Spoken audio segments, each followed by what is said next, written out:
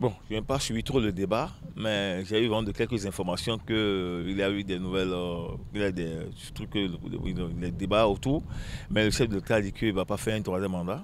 Donc moi je le crois. Hein, le connaissant, hein, je ne pense pas qu'il va faire un troisième mandat.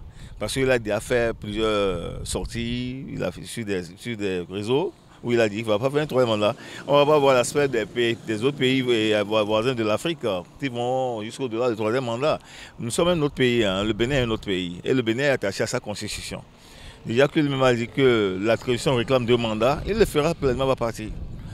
Mais bon, ce que moi je peux suggérer, peut-être qu'il va nous donner un dauphin. Et s'il nous donne un dauphin, le peuple qui va voir les travaux qu'il a battus dans le pays, ça nous plaît tous. Moi, il a mon soutien s'il donne un dauphin. C'est tout ce que je peux dire. Mais pour lui-même, pas venir. Ça, c'est sûr. Le président cher Patrice Talon, je l'apprécie beaucoup. Avis de ceux qui disent qu'il va le faire, tout ce qu'il a promis a été fait à ces gens, par rapport à cette démarche. C'est un homme de parole, moi je vais dire. Et le président Patrice Talon et Bokor Olivier, c'est des oiseaux de même nature, de même plumage et de même acabit, qui volaient ensemble, qui volent et qui voleront toujours ensemble. Où sont les armes qui veulent destituer la sûreté de l'État? Quand on parle de coup d'État, c'est militaire. Hein? On a vu le coup d'État du Niger, par exemple. On a vu le coup d'État du 26 octobre.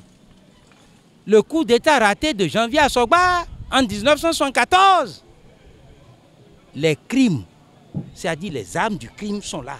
Aujourd'hui, montrez-moi les preuves qui servent et qui confirment que Olivier Bokor veut faire coup d'État. Non, zéro.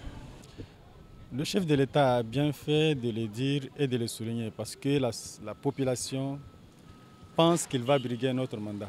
Étant un défenseur fervent de la Constitution béninoise de 1990, il a bien fait de leur répondre, de leur dire que lui ne va pas briguer. Parce que s'il le brigue, un autre président viendra et il fera pareil. Et ce n'est pas bien pour la démocratie béninoise. Cela veut dire que c'est bouleverser le droit positif béninois. La population peut réclamer tout ce qu'elle veut. La population peut dire tout ce qu'elle veut. Mais lui, il ne peut pas suivre tout ce que la population veut. Il ne peut pas faire tout ce que la population veut de lui. Parce que si lui, il revient en tant que président pour un troisième mandat, c'est qu'il a déjà bafoué tout ce qu'il a fait. Il a déjà fait un bon parcours, un bon travail et on a foi en sa politique. Donc, je ne pense pas qu'il va encore revenir pour un troisième mandat. Le président, vu les analyses qu'il a faites, et que selon la loi, selon la Constitution, et dans la Constitution, ils ont dit que c'est 2 mandats renouvelables. Un mandat renouvelable. Et il sait qu'après les 10 ans, qu'il faut respecter la Constitution. Il a déjà dit depuis 1 an ou 2 ans, il a dit qu'il va partir en 2026, qu'il va partir. Pourquoi les gens vont le pousser à faire un troisième mandat? Il a déjà dit. Donc, d'autant plus que c'est un homme de parole, je pense qu'il va respecter sa parole.